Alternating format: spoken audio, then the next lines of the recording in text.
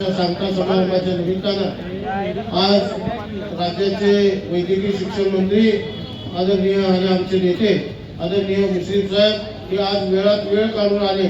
खरं म्हणजे या कुरुंदवाड शहराच्या इतिहासामध्ये कुरुंदवाडची कुठलीही निवडणूक असली तर मुश्रीफ साहेब ह्या गावात आले नाहीत असं होऊच शकत नाही. त्यामुळे अशी एकही निवडणूक झालेली नाही. त्यामुळे आम्ही मुस्लिम साहेबांना सांगितलं 5 मिनिटाला वेळेला आपण निवडून जायला लागते. आणि निश्चितपणे साहेब आपण ज्या भावना व्यक्त केल्या की 3 तारखेला कुठल्याही परिस्थितीत गुलाल उधळायला कागदच्या अगोदर आपण कुरुंदवाडात यावं एवढी आपल्याला या निमित्ताने विनंती करतो.